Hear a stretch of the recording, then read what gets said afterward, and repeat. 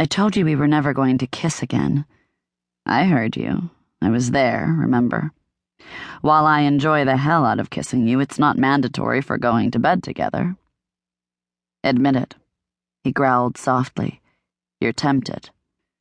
I'm tempted to eat all the marshmallows out of a box of Lucky Charms, but that doesn't mean I intend to do it. Never?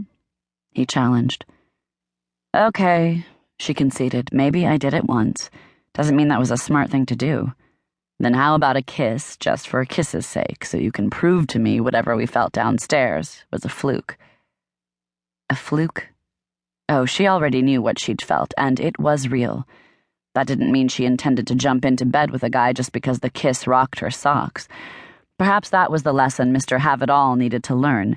She could turn the tables, knock him off balance with a mind-numbing kiss, and show him she could, and would, still walk away. Excitement pooled low in her belly at the thought. She trailed her fingers along his forehead, over the eyebrow with a slash of a scar through it, then cupped his jaw in her hands. With slow deliberation, she took his bottom lip between her teeth, tugging before teasing her tongue along his mouth. His eyes glinted emerald sparks of desire, and then she didn't see anything. Her eyes closed. She sealed herself to him, her mouth, her chest, her hungry hands, and hungrier body.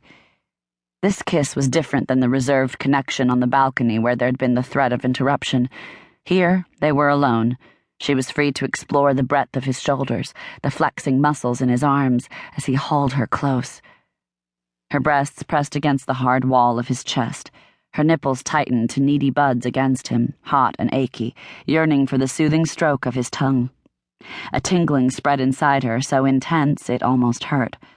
She wriggled to get even closer, shifting to sit on his lap, straddling him. And, oh my. She arched into him, against the rigid length of his arousal pressing so perfectly against her.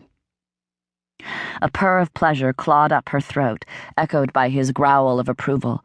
Apparently this was a language-optional make-out session. His hand slid from her hair, roved down her back, and slid under her bottom.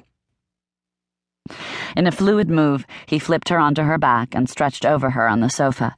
The weight of him felt good, so very good, intensifying every pulsing sensation.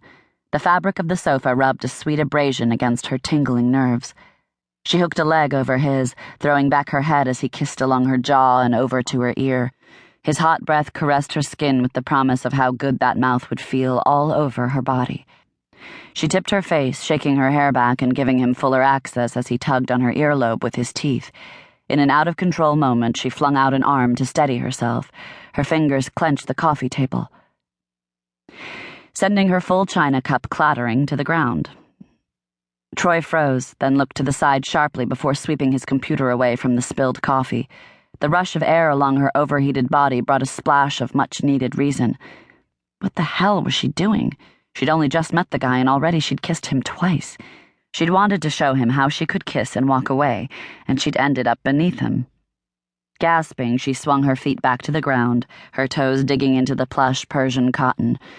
The rush back to earth was slower than she expected. Her senses were still on tingling alert. Giving in to the temptation to kiss him hadn't been her best idea. She should be focused on the video feed, on finding Mr. Mystery Cohort as soon as... Squinting, she studied a far corner of the screen, just a hint of a flashy gold ring that looked familiar, with some kind of coin embedded at the top. The fog of passion parted enough for her to process what was right in front of her eyes. Troy? Hold on a second. She grabbed his shoulder. Her fingers curled instinctively around him for a second before she pulled back. What's wrong?